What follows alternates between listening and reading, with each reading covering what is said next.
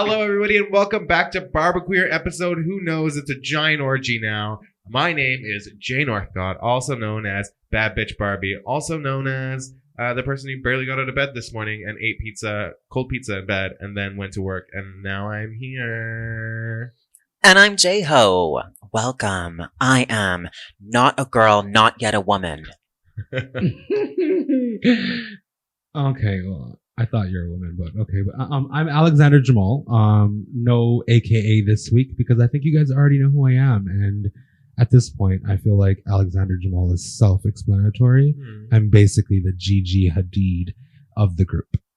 Well, I'm Beyonce, so it doesn't really matter if you're Gigi Hadid when I'm Beyonce. That is correct. Beyonce does trump everything. So today we wanted to talk to you guys a little bit about us, who we are, what we do, what our lives are, how the heck we like to have sex, how the heck we like to drink, what the fuck we like to do, and where the fuck we like to go. I just have a question. Yeah. Who the hell are we? Who the hell are you? I don't know. Who the fuck are you? You're about to find out. Yeah. Me, bitch, I'm fucking the life of the party. Okay, so let's start off with a little bit of an icebreaker. If you could describe each person in this room in 3 words, what would it be? Do we want to do like I do both of you and then Can we just have like a little bit of a disclaimer? Should it be positive only? I feel like you guys are just gonna like dog me and give me like fucking... But we love that.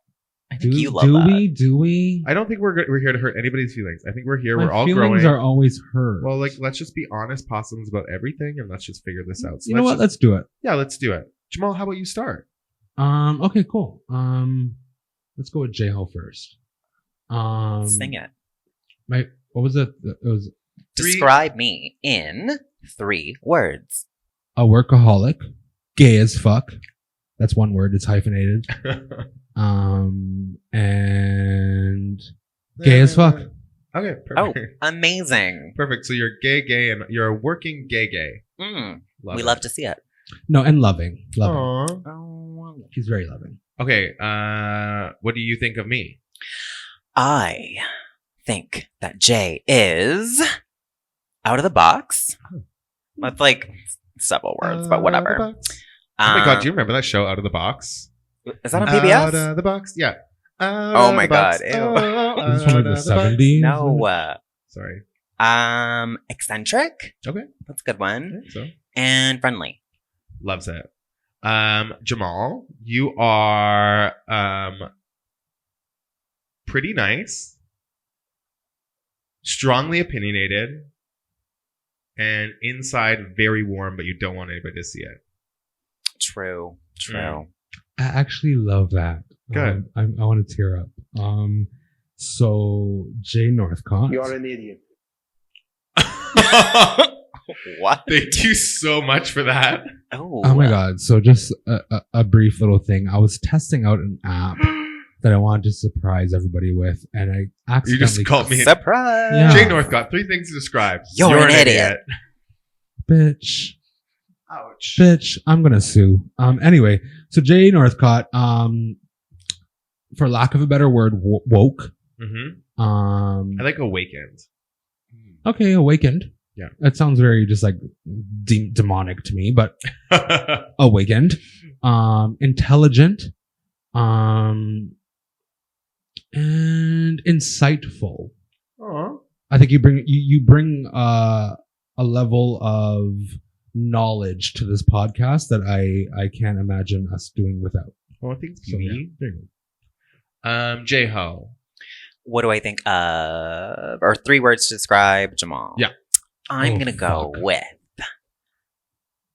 Can we reuse the same words? Of Yeah, course, go for it. of course. Because I think Jamaal's very opinionated. So that's definitely a good one.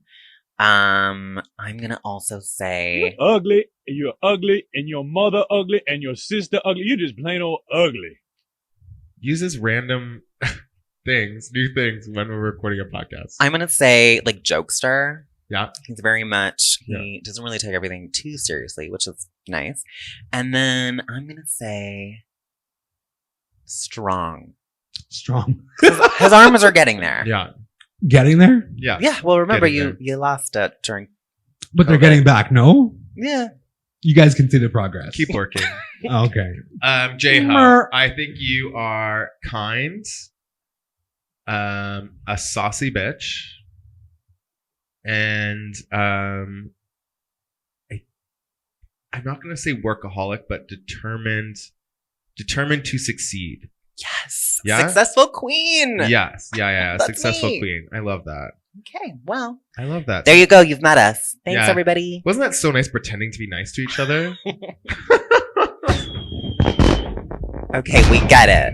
We get it. You got a new thing that makes noises.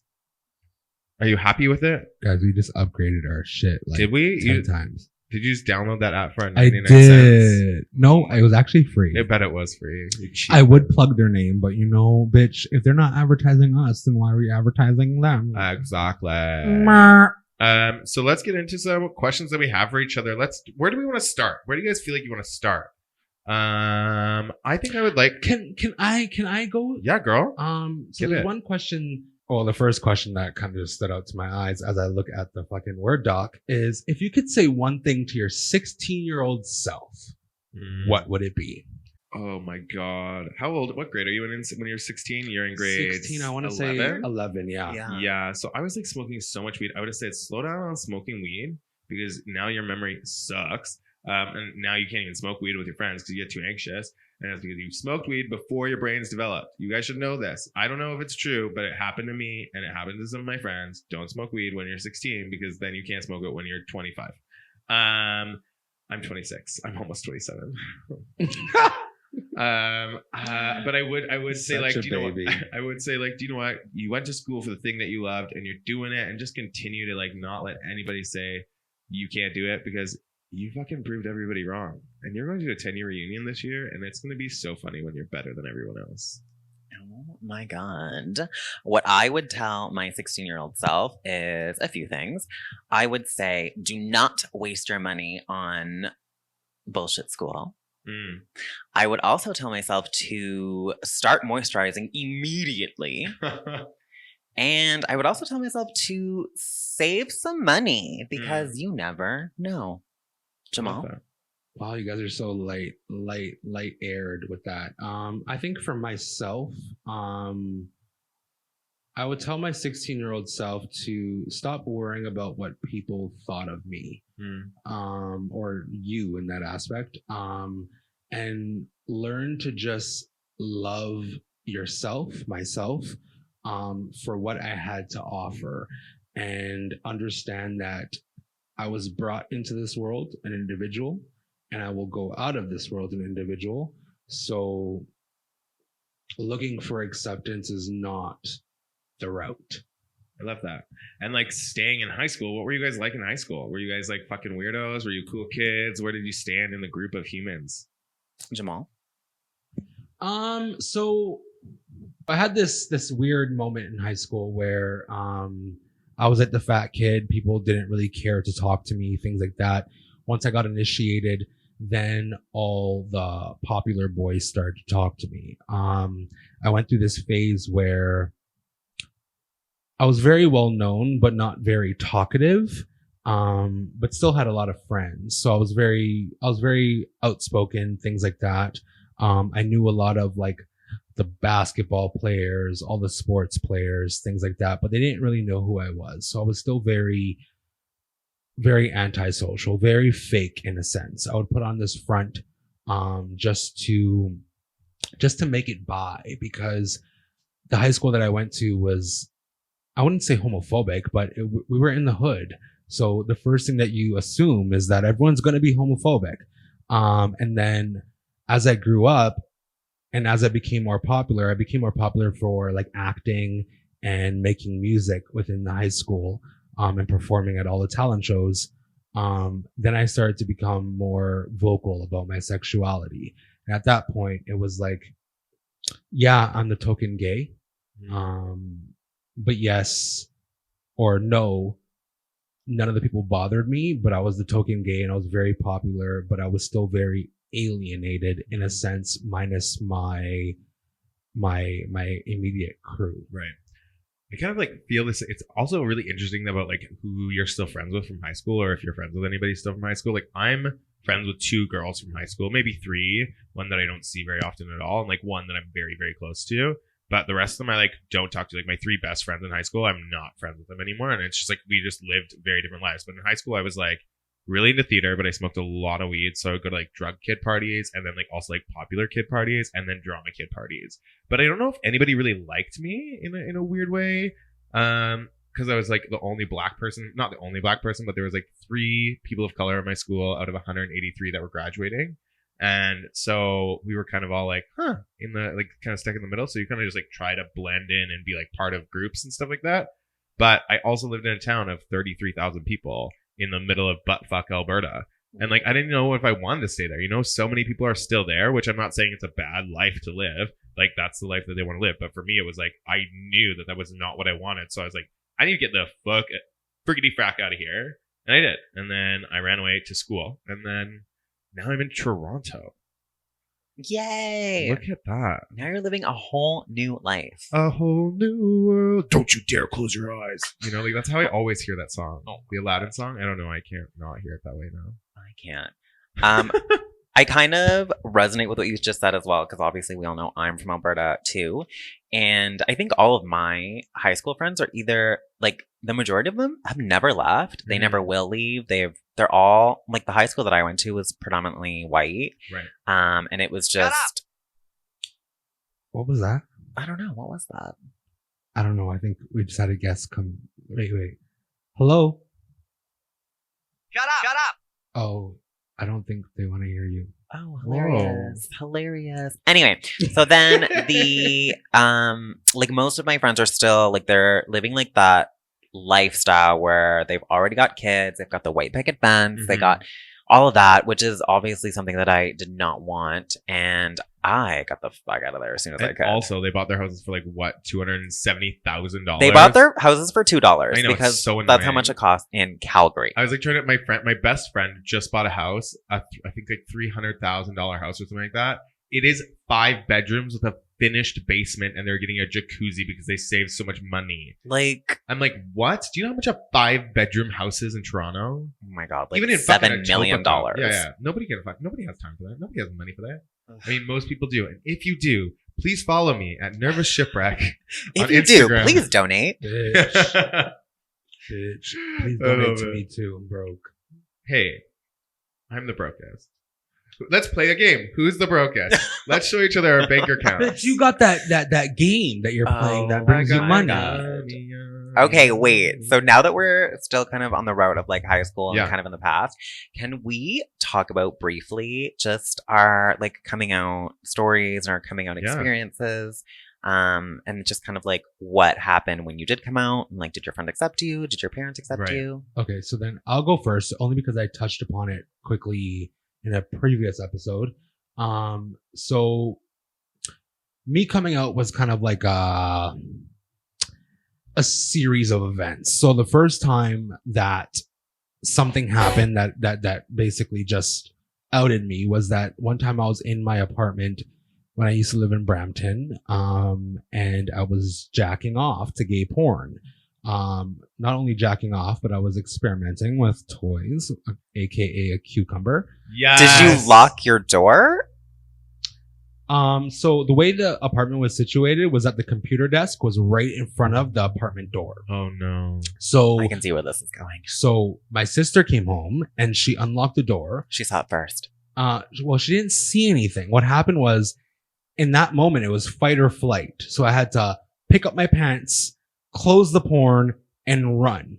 But what happened was I didn't get a chance to actually close the porn. The cucumber was still on the desk, and now I'm in the bathroom.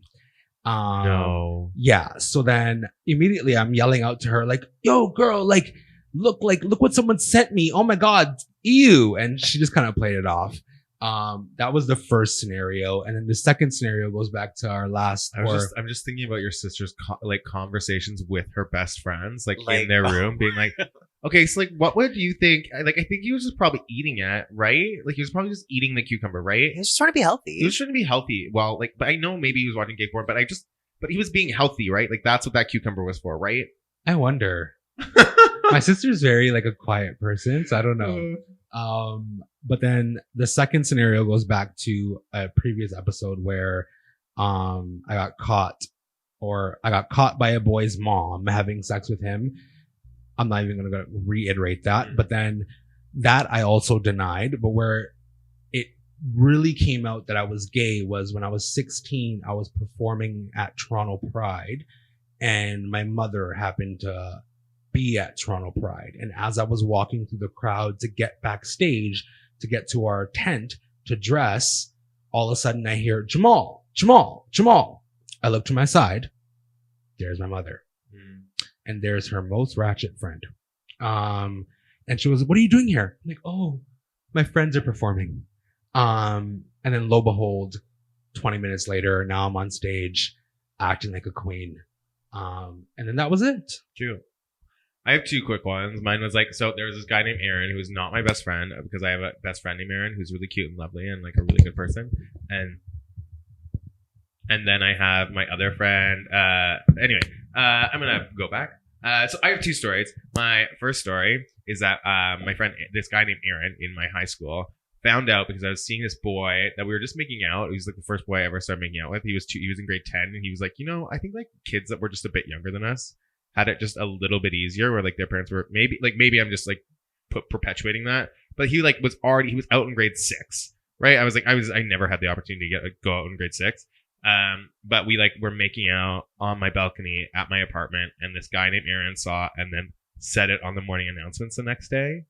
So that's how everybody in my high school found out. Wait, he just said it like, I guess you guys had like morning announcements that go throughout the whole school. Yeah. And he was just like, "Hey guys, Jay's gay." Yeah. So his friend was the person who did the morning announcements. So then he went with his friend and said it over the intercom. What? Oh my god. Yeah.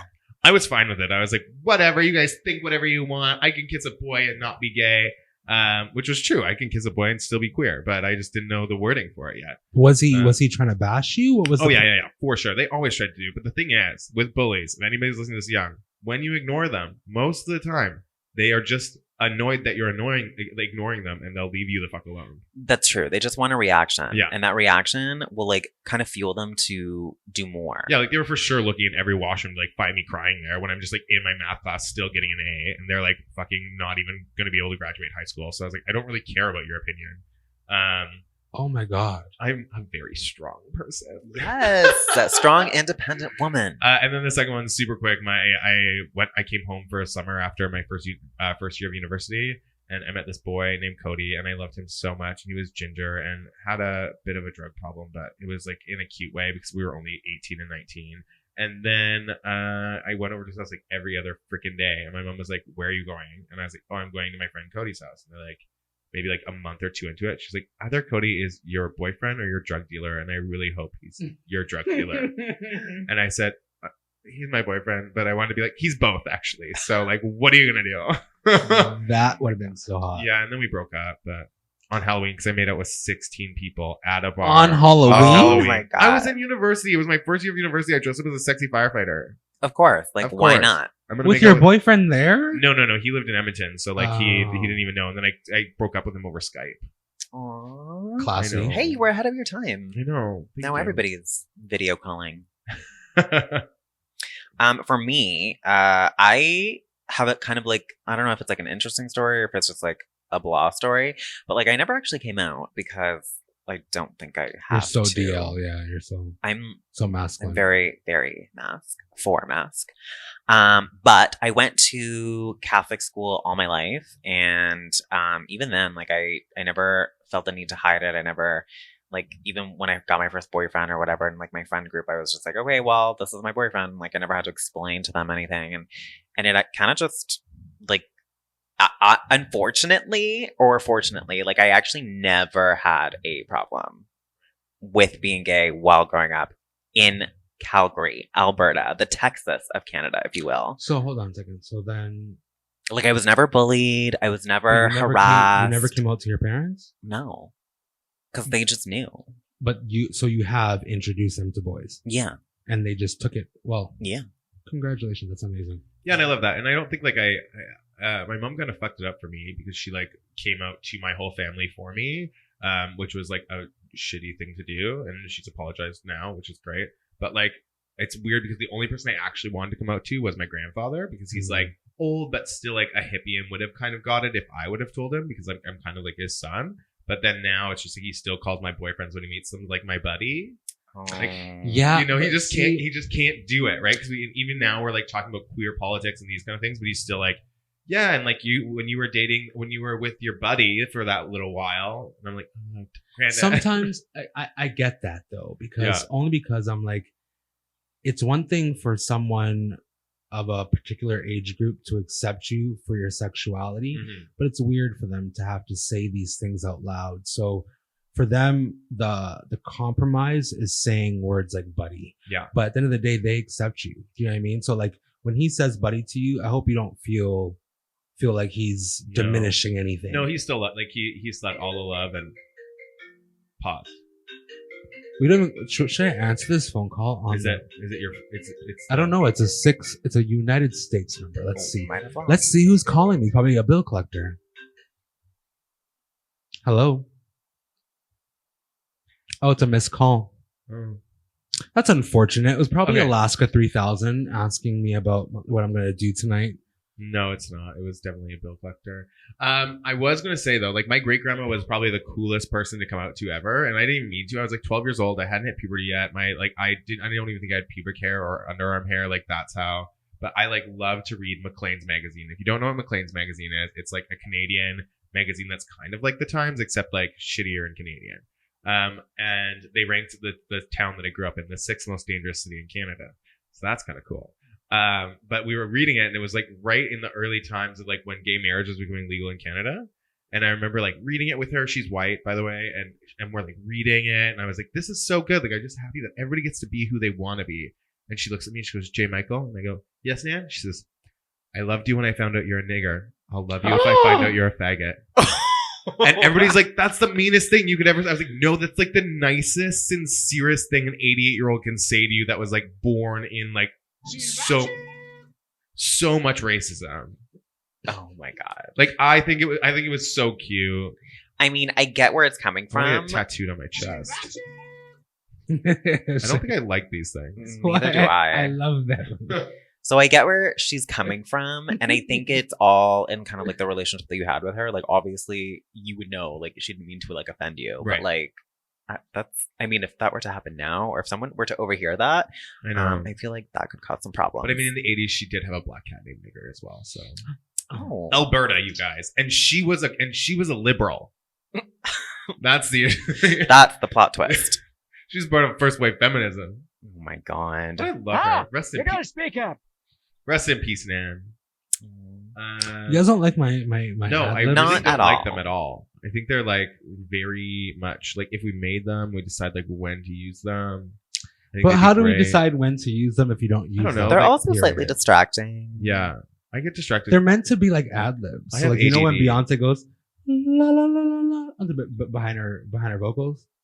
No. Well, I mean, I think we're pretty much interesting enough, besides maybe Jamall, to just keep a conversation going without these little. But this is why I have the app, so I can make myself a little bit fucking interesting. So why don't you use them when you talk? Yeah. What is that? What? When you talk. Why don't you use them when you're talking? Yeah. Oh, because that's boring. Oh, weird. Anyway, back to. So, I will close the app. So let's go to. Did you guys go to university? Did all of you guys go to university? I did. You did? What did you take, Jamall? I took social work. Social work. What did you take? Well, I started out in psychology, and then I ended up in fashion design. Gross. Love it. Love it. I went to school I was going to become a math teacher. Amazing. Then I was going to become a drama teacher. And then I just wanted to do theater. And then I almost dropped out of theater to become an accountant. And then I didn't. And now I'm a theater person. What kind of a fucking roadmap is that? You were just like, still trying to figure yourself out? Well, no, like I'm really good at math. So I was like, well, why not just be unhappy, do math for the rest of my life and make money, you know? And then I was like, just watching all my friends who are like freaking artists that were 4 years older than me that were like, I can't pay my bills. And I'm like, I don't want that. I had to deal with that growing up. I want to pay my fucking bills. But they were happy. Yeah. And you know what? 10 years later, whatever, 5 years, 6 years later, I can pay my bills and I'm an artist. So, amen. A working queen. Nailed it. What's your oddest job that you ever had? My oddest job that I ever had. So, at one point in time, I I moved to Florida. To pursue, Really? yeah, to pursue photography. Oh. But in order to do so, I need to obviously make cash. So the first step for me was first I moved to North Carolina, and then from North Carolina, I went to Tampa, Florida. And while I was doing photography, I was doing like not necessarily door to door sales because Right. that would be glamorous in terms of what I was doing. But I was a salesperson on the street. And what I was doing was I was selling people this free service that they had in America, which was changing their windshields. Do you guys want to know more about that or no? Wait, that you just changed people's windshield? I didn't. So what happened? So How is it free? So in Florida, they have this thing on their insurance policy where if you have a Ooh. damage to your windshield is considered like a safety thing. So it's free to fix. Oh, And wow. a lot of people didn't know that. So I was going around educating people on this idea, trying to get them to sign up for a new windshield That's from the nice. company that I worked for. Okay, I think I've heard enough now. Wait, but what you're failing to understand is that it was like 44,000 degrees outside and I was in business clothes, like slacks, dress shirt, Gross. all that shit. And like, for example, I would wear like a burgundy dress shirt and all of a sudden that burgundy is no longer burgundy. It's now black. Do you know what I mean? So like one day I was so exhausted, me being the immigrant that I am and the illegal that I am because I was working for cash. I had to pretend like I shit myself just to go home. Low key. Just saying. Wow. Moving on. Oh my God. Do you have any odd jobs? Yes. So, the oddest job that I think I worked was a prostitute. No, I'm totally kidding. That's not an odd job. That's lucrative shit right there. It's a fun thing. No. The oddest job that I did, I actually used to work at, this was years ago, a call center. But it was like kind of like a scheme. It was really not great now that I think about it. So, you know, like back in the day, like in malls where like little kids would like, you know, go up and like, I guess they had like little booths and stuff and they would like kind of like coax you into being like, oh, like, do you want your child to be a child star? Yes. Yes. So then they would sign up and then they would give me this list. So I was in charge of calling like all of these kids' parents and be like, oh my God, your child wants to be a star? Well, why don't you come and audition at this place on the weekend or whatever? And then when they did come, it was actually just like a big scheme to try and get the parents to come and pay for like, Photos. acting school or whatever. Oh. Yeah. So they're like, you can be a child star, but if you pay millions and millions of dollars. Yeah, I know. It's Isn't so that awful. sad? Well, I mean, I got stuck in one of those schemes before, which was so stupid of me. I've had an agent forever for like agent in Calgary, and then like I was like getting a new agent here, and somebody was like real quick was like, "Hey, come do this stuff here. We have a professional photographer that'll help you take some photos." Blah blah blah. These are the people that are on our roster. I was like, "Oh, it seems legit." Those people are not on that person's roster. That person was a fucking liar, and to this day, they still try to send me to auditions, and I'm like, "You guys, I don't fucks with you guys anymore." Also, I came to those photos really hungover after making out with a 45-year-old man that when in the dark the full time I saw him, he was like looked like we were like maybe like 10 years apart, but we weren't. He was 45, which is fine. I'm okay with 45-year-olds, but like not a good looking 45, you know, like just like kind of haggard, like definitely for sure need it. So then I went to the photo shoot and I definitely looked like shit. Also, the woman painted my eyes below my eyes way too light. Mm-hmm. So I look shiny in the photos, Oh, and my no. eyes are fucked because I was still probably like fucked up from all the drinking. Yeah. Oh well, say la vie. Well, you live and you learn. Yeah. You live and you learn. Life lessons. Life know. lessons are the most valuable thing about life. Do you guys want to hear the grossest place I worked? Always. Grossest? Yeah. Okay. So when I was 12 years old, which it's legal to 12. work when you're 12. 12. Yeah, it is. In Alberta, it's legal to work when you're 12 years old.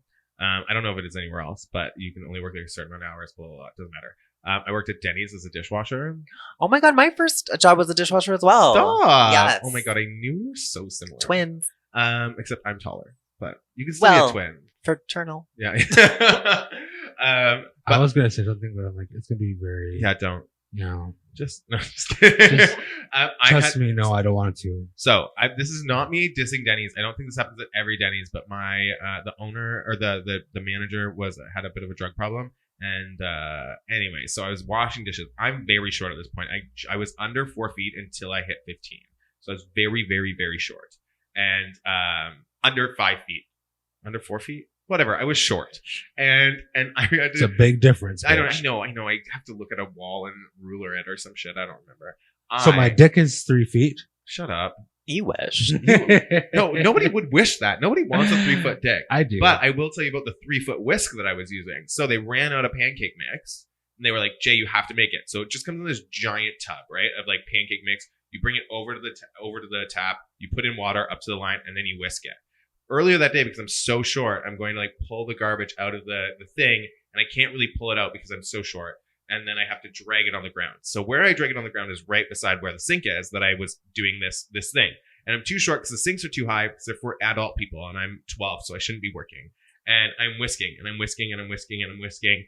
And he's like, "Hurry the fuck up!" And I got spooked. So then I dropped the whisk, and it landed on the floor. And he came out, he's like, "I can't believe you dropped the fucking whisk." And I was like, "Don't worry, I'll clean it. I'm the dishwasher. I can do it." And he's like, "No, just put it back in and fucking go." So I put it back in to the pancake mix, and we served that pancake mix to everybody that had dirty like foot juice and all this other kind of stuff from my dirty garbage that came from the dishwasher place, and then we served all that pancake mix to people for the next 2 days.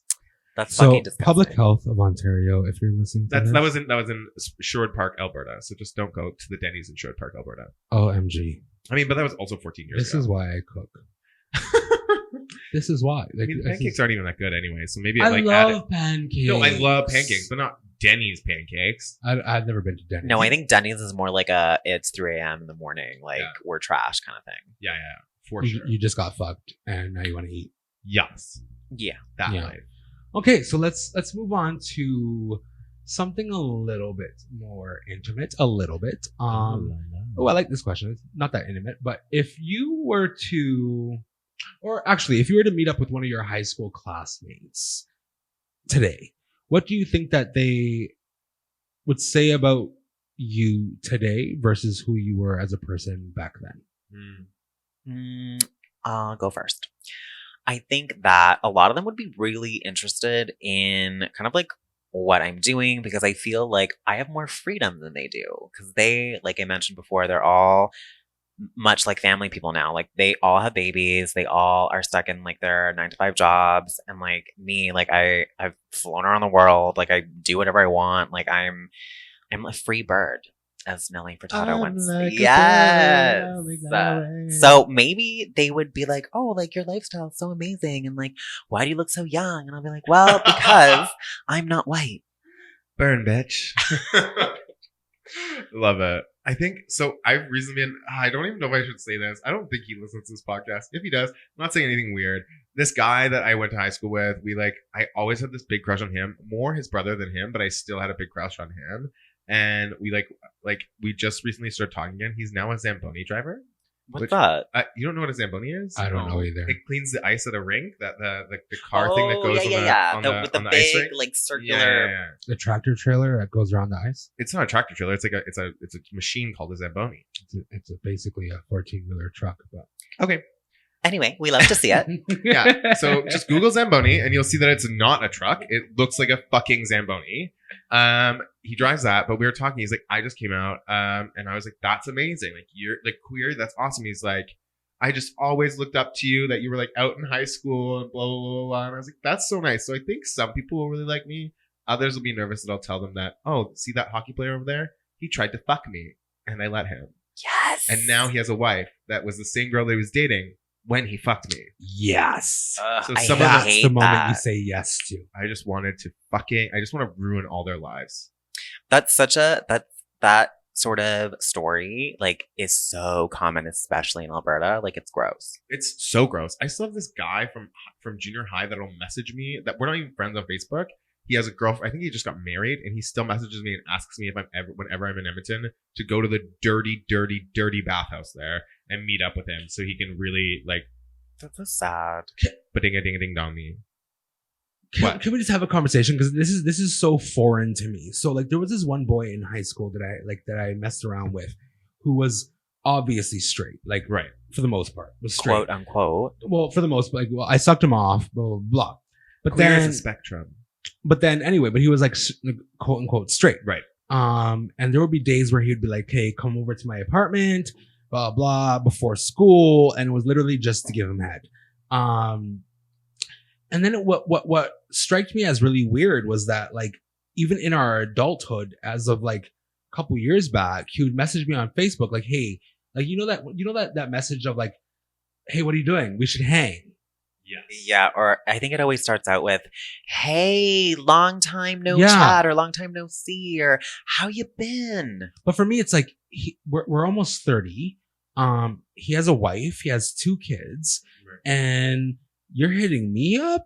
So for me, I'm like, anyway, I don't know where I was going with this, but I'm so floored. So I'm like, if you are bi or bi curious, this is like 10 years later. What Flexible. Why don't you just go on Grindr or go on Kijiji or Right. Backpage? Like, why are you still hitting me up? I wonder if it's because they like trust you because you never told anybody, or they don't know that you've told anybody, that they know that they feel like they can trust you at this point, that you won't ruin their marriage. So I think unfortunately for him, he was not that cute, and his dick was pretty small. Aw. So I'm like, if you're inviting me over just to suck you off, like you at least should have a decent sized dick. I just think it's really sad because, like, Disclaimer. obviously people can't live their authentic selves or their authentic lives. And I've seen it obviously so much growing up in Alberta that most of the guys that I hooked up with were like married guys, or like guys that were like, straight or whatever. And it's so sad to see. Yeah, it actually becomes way less hot. You know how like some people, right, especially in Toronto, I feel like it's not. There's not a lot of like down low dudes, except maybe like wealthy dudes if you're like lucky. And I'm not that type of girl, sadly. But if you are wealthy and you would like to, Please donate. please donate or follow me on. So I think it's interesting to see. Like I used to think it was so hot when I was younger. I was like, ooh, look how hot this is. But I'm like seeing this 35-year-old married guy. But now I'm like I would way rather be with somebody who's like authentically themselves. Because you even see people in the queer community now that can't be themselves. And I'm not saying that I'm 100% authentically always myself around every single person. But it's just. But you can at least be yourself, like, more so than they can Yeah. on your day-to-day life. Dale, can I ask you why you find it sad? Well, because they're living a lie. Like they have to wake up, like, that in the back of their mind, they wake up every morning, they're getting up, they're doing the same things with this wife or whoever they're with these kids that like they maybe didn't necessarily want, that this is just kind of like what I guess society or maybe their parents or maybe even had to do where they grew up, for example, Alberta, where it's very conservative, that now they're just stuck in that lifestyle, but that's not what they ever wanted. Right. So they have to keep that part of themselves hidden. Like you said, going on like, Grindr or Backpage or whatever, being like very secretive. And like that's the only way that they can really kind of be themselves, which to me is sad because you can't even be true to who you are. See, I'm torn because I think that it is a sad situation, but I'm torn because we have a choice, right? And yes, the hard choice is to go against what your family wants, go against what your family and your peers sees as norm, right? But if this is your happiness, in my mind, wouldn't you choose to go that route? For example, if your family said to you, or if you were a straight man, not having to worry about your sexuality, and your family said, I want you to be a doctor, and you were like, no, I want to be a part of a band. For them, they have most of them have no issues defying their family and being a part of the band. So what's the difference in my mind? I think my first thought goes is like the masculinity in most communities, and like this is almost all communities, and I think you probably experienced it too. It's like to be in a band or to be a doctor, like you're still like a man, And there's something about telling your fan, like I think everybody kind of went through this. I don't know, maybe I'm just speaking for everybody, but you almost think of like you hope your parents aren't thinking about how you're having sex. Does that sound that sounds really weird, but like is that like once they know you have sex with men, the first thing that they're gonna think is like, oh, my kid's having anal sex and he's a dude. And then you like almost there's like this masculinity thing that I think goes through some of their heads. Like I know that like this one guy in high school wouldn't when I fucked him, we could never face each other's face. Like we couldn't be face to face because he like couldn't like he couldn't have that like, and he like told me explicitly that he was like, do you know what? Like, I know this is fucked up. I know that this is an issue that I have, but like, I'm just not ready to look at a man while I'm having sex with them. And he's now married. to a Wow. woman. Like, you know, Wow. so it's like, I know that he's not comfortable or not ready to, or wants to be that, right? So it's like this ingrained negativity of like just so homophobic on the interior. But that all comes down to how you were raised, where you were raised, 100%. how like Yeah. what happened in your childhood to kind of make you think or feel that way. Right. Do you know what I find more sad? And I think every person in this situation is bound to have a different perspective on it. Mm-hmm. Whether or not you experienced what those DL men have experienced or not, everyone is going to see it in a different way. Right. What I find sad is I find it sad that these individuals in today's day and age Mm-hmm. do not feel liberated to speak up and do not feel like they have an identity to speak up. Because I can understand back in the day, you had to do what you had to do, Right. or you would be scrutinized, you would be alienated, you'd be all that kind of stuff. But we live in a day and age where it's like, you know what? How many of us can sit here and say, I don't talk to my family anymore simply because I'm gay? Do you know what I mean? So it's a norm. And I find it sad that they cannot embrace this new ideology on life. Right. Yes, I understand that people go at their own pace. But that to me is sad. I wish that we all developed and Right. evolved at the same pace, including the straights. Yeah, and I also believe that that there is part of it that is a spectrum. Like, I don't think that he's like the most unhappy person in the entire world now that he's married and has 2 kids. But I think there's still that part that like can't be completely open, but like is still like at the same time, I bet still happy and has like takes wonderful photos with his kids and like knows that he loves his kids so much. It's just not maybe the lifestyle that he really, really wants, but he's still happy, I think. And I don't want to be like, okay, I don't want to be the person who's like shitting on him for not coming out of the closet, because you know what? We can all just be who we want to be. BARBIE. That's what Barbie taught me. But in most of my communities, people use they, them pronouns for me. So then I always feel like I feel like there's a lot of people in the non-binary community that say like that, oh, you like, what's it called? Not signal change, but like, I like, code switch. Like, you know how they say like sometimes you act really black in a community when you're with black people and white people, and it's like code switching. Mm-hmm. And then I do that in certain situations as like a non-binary person. And then I'm like, I don't really know if I agree with that, or if I just like feel certain comforts with certain people that it doesn't, or like maybe like just don't. I mean, don't know. it sounds like it's a little bit of both. No? Yeah. I think there is a little bit of code switching in it. Yeah, depending on like, I think your friends that you're hanging out with, or like your close group of friends, I feel like if you feel the most comfortable with them, then like obviously that's when that comes into play. But if you feel uncomfortable with some people, that even that in its own, like some people are still not educated enough to like use the proper pronouns. So Right. And I even like make excuses for people sometimes that I'm like in this room. I was like, well, I don't know how many people these like either of you guys knew at the beginning that go by they, them pronouns. And I was like, would it be difficult for them or fuck up the flow of our conversations if they were like having to figure out how to pronoun switch with me, when I think Jamall's known me as he, him from the beginning, and you met me the first time and I didn't say anything. Mm-hmm. Just to touch upon that, I don't feel like you should ever have to shy away from acknowledging your pronouns. No, I didn't know. Actually, I didn't know until our first episode. Mm-hmm. And even then I still didn't know, but I kind of got the gist. Right.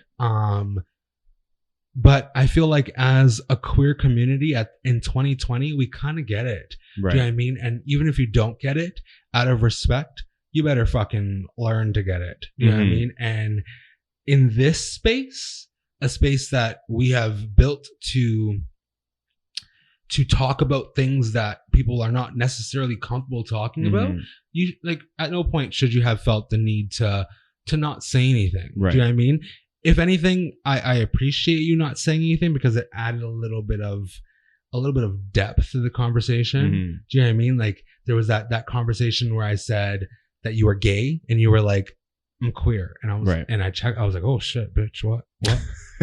What? Yeah. Like what?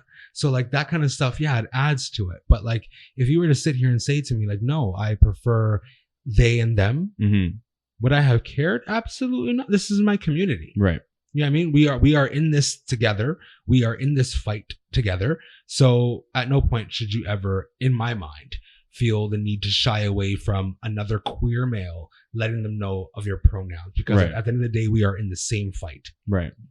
Oh my God, that's yeah. so nice. I think that might be the nicest thing Jamaal's ever said to me. Ever. You know what it is that typically I am like wasted at this point, and I'm not today. So maybe I should just stop drinking for the episode. Maybe I should just get high. I'm gonna start do whatever makes you feel good. 420. What's that? 420 blaze it. No, what's that? What did they say on Grindr? 420 positive. 420. No, 420 friendly. There you go. 420 friendly. But ow. But I think that's great. Like, I think that's one thing that we're like all learning about each other now, and even in this episode, we're like learning new things about each other. Like, I think it's great that I feel now comfortable being like, hey, like these are the pronouns I use, and thanks for. Hopefully, we can figure it all out. Can I ask you a question? Yeah. Just because we're on like a personal tip, how did you come to the realization that you decided to identify as they and them? Yeah, that's a great question. I think there was like a point in my life that like the word trans really freaked me out, like using that word. I mean, like being like trans non-binary. Mm-hmm. But when I was in university, I had a really hard time with like how I fit in with male presenting groups, or like being in a space of maleness, and I found that I always spent was on both sides of the spectrum of being like hyper feminine and hyper masculine sometimes, and sometimes in the middle, and sometimes like not even caring about what gender is. And I always was like I've always been playing with that my whole life. And I think that I grew the confidence to be able to say like what was making me uncomfortable in a lot of situations was how people perceived me as a male, and that I was going to be like doing these certain things because I was a male. And that really put me in scary situations when I was younger, and then even when I was older, that actually like made me fight more, like made me get into fist fights, made me do all these things. So I was trying to like show my dominance, show my masculinity, and now I just feel like the community that I've been, like the people that I feel safest with are the people that really understand that's where I'm coming from. And then when it even goes into my indigeneity, you know, like there's like I have two spirit brothers and sisters that like I don't identify as that because I feel like there's a certain amount of privilege I have not being seen or perceived as indigenous, that I have to like see what parts of the community that I can actually use in my regular day life, and what parts are like meant for people that are experienced being indigenous every single day, and like what people perceive. But I feel the blend of these like almost like these two spirits inside of me that I've just always once I kind of like figured out about what non-binary was, I was like, oh, this is just how I've always felt. So the they them pronouns for me, like I don't need them all the time from most people, because for me it became a way of like how I perceive myself. And for other people, it like because of like maybe the way they dress or the way they look, like when they say that they're when they are non-binary and they dress in a way that people perceive them in a certain way that they don't want to be perceived. I also find that women have a very I'm gonna try this again.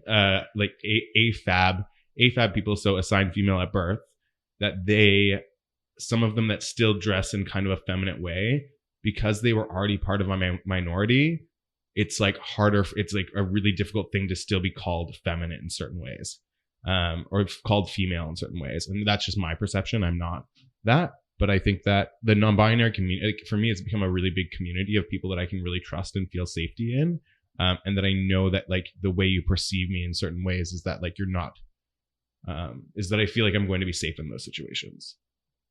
I think that's what it is. Fair enough. Sorry, that was very long-winded. But I think that's No. I think And that's the reason why I asked you is because I'm like I've always accepted the terms. I've always accepted how like we all as individuals have this belief of who we are and this understanding of who we are, but I've never understood where or how someone can just be like, you know what, I'm they, I'm them. Even though you like quote unquote you still dress as a boy, right? Yeah, I mean, like, yeah, it may be a little bit more feminine, but you're still a boy. Like you're not putting on false titties, you're not putting on wigs, no, right? You're just a little bit more feminine. So like for me, it's like I always wondered what inspired somebody or what encouraged somebody to say, you know what, these are my pronouns. Do you know what I mean? And I hope I'm not offending anyone, but I don't feel like I'm obligated to know, because That's No. that's not me. Do you know what I mean? No, Like, I think there's like some nice things that you can do sometimes, like with especially in like certain queer like rooms or spaces that you're in is like, and actually I do it all the time. Like I do it to straight people more than like straight cis people more than anything else. Like I ask them what their pronouns are first, just so that then they hopefully get onto the handle that like they should also ask me what my pronouns are. so now when someone doesn't so like the question that I just asked you, how did you come to terms or how did you come to understand your pronouns? Is that an offensive thing? No, I don't think so at all. I think that for some people it might be, right, but like I can only be the one person talking about it for Fair enough. myself. Like Okay. for me, it's not. And I think that everybody experiences their queerness and like their body dysmorphia and gender dysmorphia in very different ways. And like this is the way that I experience it. That like I have to be comfortable with telling myself every day that I know where I lie, and I don't lie in the spectrum of male and female. I think I lie outside of it like a little alien spaceship. So that's where I feel comfortable. So if I can look at myself in the mirror every day and tell that person that's there that they're beautiful and that you can dress however you want or you can be whoever you want to be, that's when I continue to grow my own confidence. Cool. Yeah. I love it. I think that there is something kind of beautiful / amazing about kind of like the world we live in, where I think we have all been in situations, like I can think back in my past where like it's either like a person that I've worked with or maybe I'm at work and it's like a customer or something or whatever. And like they just look so ambiguous. Like I don't know if this person is male or female. And like for whatever reason, maybe you have to address them. And like I think in today's world, it's so like I don't see it as super offensive. Like now you can just be like, oh, like what are your pronouns or what pronouns do you go by? And then that way they can just tell you instead of you having to guess. And then the guessing portion might be what's offensive. Right. And also I think the one thing that freaks people out a lot of the time is that they think that they're going to get it wrong all the time. Right. But the thing is like me as a non-binary person get it wrong with other non-binary people all the fucking time. Like you just heard me fucking 3 minutes ago use the wrong thing. Like the way I talked was the incorrect way of doing it. So like it's all a learning experience, and we're all still like it's not new, but it's like still developing into popular culture and the way that like we're still learning how to use pronouns properly, and we're still trying. There is still some structures of your brain that like you are trying to you're trying to rewire, and I'm still doing that work too. So I think sometimes it's like the need for forgiveness, as long as you're not doing it out of malice and that you see that you made a mistake and that you can just like quickly correct it. Like I never am like, oh, like I try not to be like, oh my God, I'm so sorry. I'm just like, I just correct it because I know that if I just continue to correct it and not apologize, then the apology doesn't become part of the fuck up. It's just like you are just now rewiring your brain to not do the apology and then go back to it and be like, oh, what is it again? You're just going like, that was wrong. Do the right thing. Right. Interesting. Yeah. That was so deep for me. Oh, good. So yeah, deep, because I've so never deep. I've never truly understood it. Was I against it? No. Right.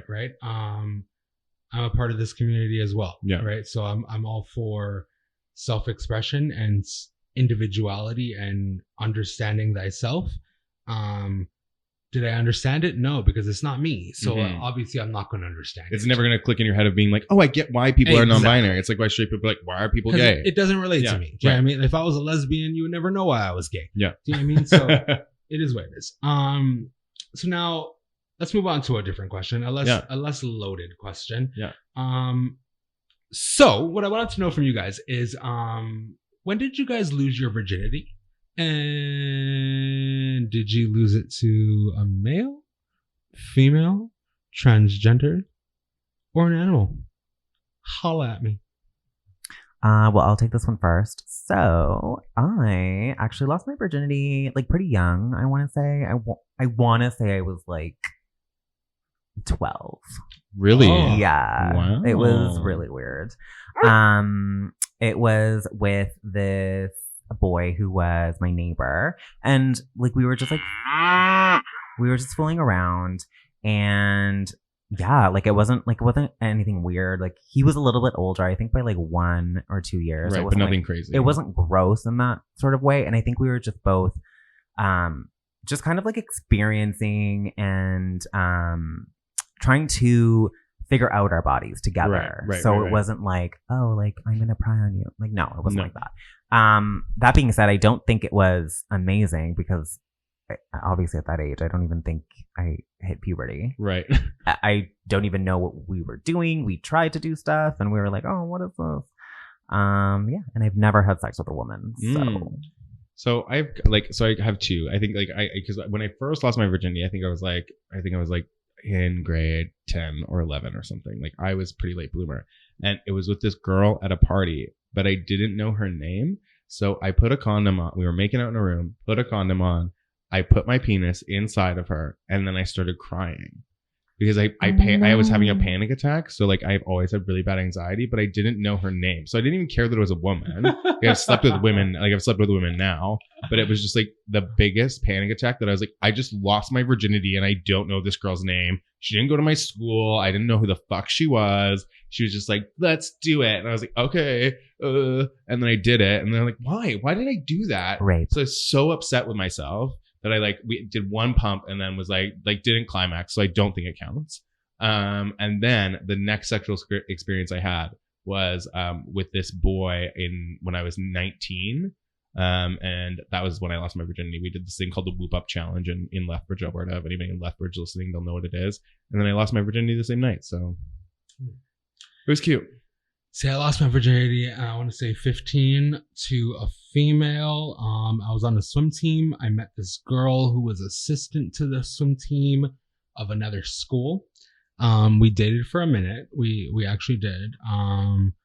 We would fuck here and there. Like it wasn't like anything odd. The only thing that was odd was like I went down to eat on her once, and I was just like, "Yeah, this is not for me." But y'all, this is not for me. It's not at all for me. I'm not a fan of the seafood. Hey, all vaginas are beautiful. I mean, all vaginas are beautiful if you like vaginas. Clean and fresh. Yeah, it's like the same thing with a dick. Like if you have a smelly ass fucking dick, I'm not gonna suck it either. There is nothing wrong with seafood or vaginas.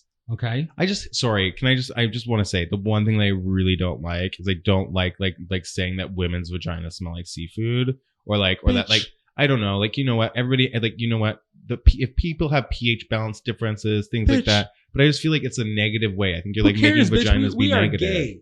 I think girls expect gay men to think that their pussies smell like fish. No, they don't. Nobody wants that. No, that's an awful thing. It's like when you're. It doesn't have to be. Are you circumcised? Are you circumcised? Bitch, what? Are you circumcised? How dare you? Let me ask this question. Are either of you circumcised? I am not circumcised. You're not circumcised. Are you circumcised? Very circumcised. So I am not circumcised, and you're not circumcised. And I remember like guys and girls always talking about how like people that aren't circumcised, their dicks are going to be like fucking dirty and gross and blah blah blah. And it gave me like a lot of but that's a difference though. No, it's not. If they say cheesy, they say like, oh, you don't want them to be cheesy. But that's a or a entire group of people generalizing you. Whereas I think gay men as a group are generalizing women's vaginas because we already don't like vaginas. So when I feel like when girls hear gay men say, "Oh, it smells like fish," there's no offense by that because well, listen to my like. I'm sure there probably is offense to some people. Yeah, don't tell somebody that they're not going to get offended. But just listen to my statement though, because we are gay men, it's like we already don't like vaginas. Like you can tell me, you can have the prettiest vagina, like it can be out as flat as a wall and as non-existent as a breadcrumb. Right. We're still not going to like it. But I'm not saying you have to like it. Let's just not talk shit about it. It's the thing that gave you fucking life, bitch. Well, thank you. Yeah. So you think vaginas. But bitch, bye. I'm right. And that's how you know Jay Northcott was right. Bitch, bye. When I went down on the bitch, yeah. I did smell a little bit of a scent that smelled something close to Lake Ontario. So and I was not a fan. So I came back up and I fucked her. And then it felt like I was fucking air. And at that point, mind you, she was a virgin. At that point, I was gay. See, and that's fine. I think it's fine that you experimented. And do you know what? I actually have this friend. He's like a straight dude that actually is like the best straight dude in the world because he was like, I never thought I was gay, but I just had sex with a dude once just to make sure.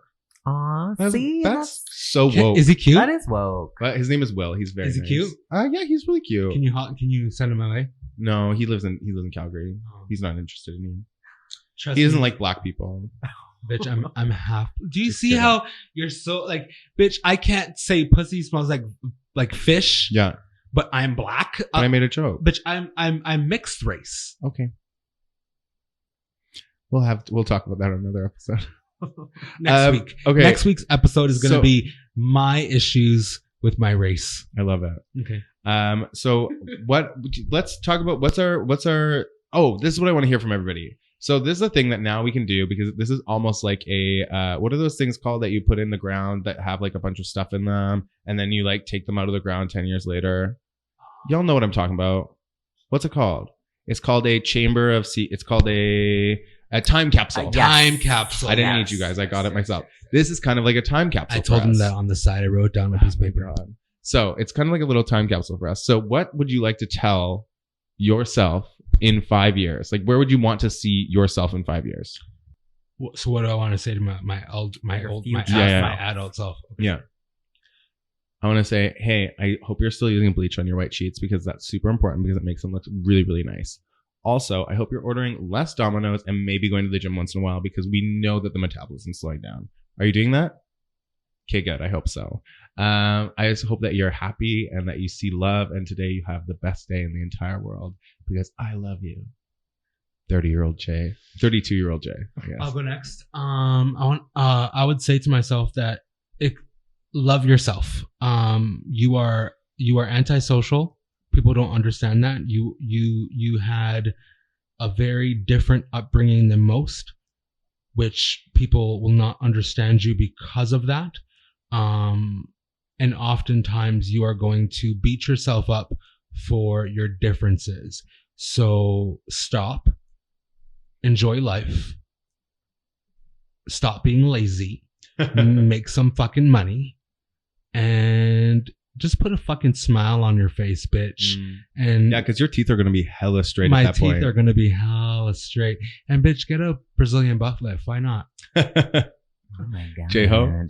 I would tell me in 5 years from now to try not to make your life go according to any sort of plan because you really don't know what's going to happen. Shit can change in like the drop of a hat. I would say take a lot more pictures. I would say tell your friends that you love them more. And I would also just say continue to moisturize. Yeah, because now at that point, you're pretty old. Well, thanks for that. Well, thank you guys for listening. This is us telling you a little bit more about who we are. And we'll have more of these episodes. You'll get to know us deeper and deeper and deeper and deeper than ever before. Last question. Yeah? Kids, yes or no? If the person that this is my reason. No, there is no yes or no for me. If the person that I'm dating is financially stable enough to have children, fuck yeah, I'll do it. I will never be financially So if stable you had a enough. sugar daddy, yes. It doesn't even have to be sugar daddy. It could be a person that's like my same age. We love each other, but he's like a doctor, and like I work in theater. It's just like I make like the most I'm ever gonna make is $65,000 a year. I'm not gonna fucking do that, and like unless I get some big TV show, but like I'm not gonna fucking like make my kid live off that shit. Fair enough, J-Ho. No.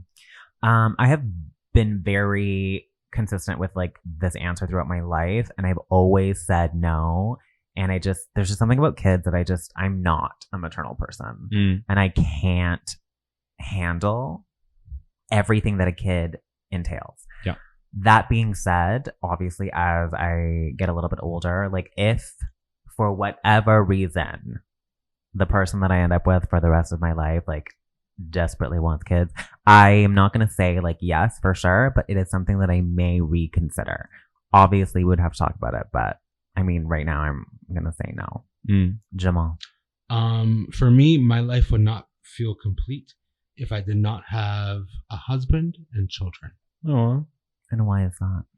That's just because he's secretly sentimental. I'm Secretly. very sentimental and I'm very traditional, minus the fact that I sleep with men. So I want a husband. I want kids, at least 2. But is it because like that's what you grew up with? That's like what you're used to? It's That's what I society didn't. It's what tells I you? didn't grow up with, so it's what I long for. Right. Oh. Right. I grew up with the complete opposite. So that's what I desire. I desire what I did not have. So if I don't have that by the time I'm 40, I will probably be a little bit depressed. But I've already told myself, if I don't have children by the time I'm 35, then yeah, I'll adopt on my own. Oh, Okay. Daddy Jamall. Yeah, I'll be a single dad with kids. I love it. Can't wait to see it. Well, I already have one bitch. She's out there in the crate. yeah, and she is a bitch. And she's a handful. She's a dog. I'm already considering giving her up. It's A not a kid in literal it's not a kid in dog. a cage. We promise. A literal dog. It's a kid in a cage, bitch. What was that? It's a black kid in a cage. Oh my god. Okay, guys. Thank you so much for hanging out with us. This has been Jay Northcott. Go get Barbara out of the cage. And this has been J-Ho. Sorry, this is Alexander Jamall, and I love y'all. And We're here. We're queer. queer. Toodles. Toodles. Bye. Bye. So original. That Always. bye. So original. We should keep it. thank you. I know.